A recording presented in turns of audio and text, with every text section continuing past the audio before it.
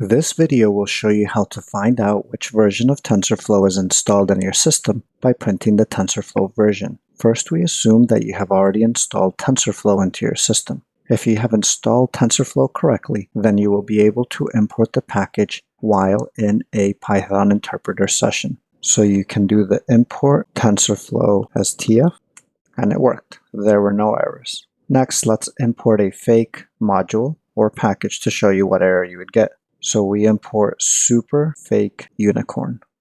And when we evaluate it, we see that we get module not found error, no module named super fake unicorn. So now that we know that we have TensorFlow installed correctly, let's figure out which version of TensorFlow is installed in our system by printing TF. Remember that we imported TensorFlow as TF. So TF version __. When we evaluate that, we see that the TensorFlow package that is currently installed and being used in our Python interpreter session is TensorFlow 1.10.0. Perfect. We were able to find out which version of TensorFlow is installed in our system by printing the TensorFlow version.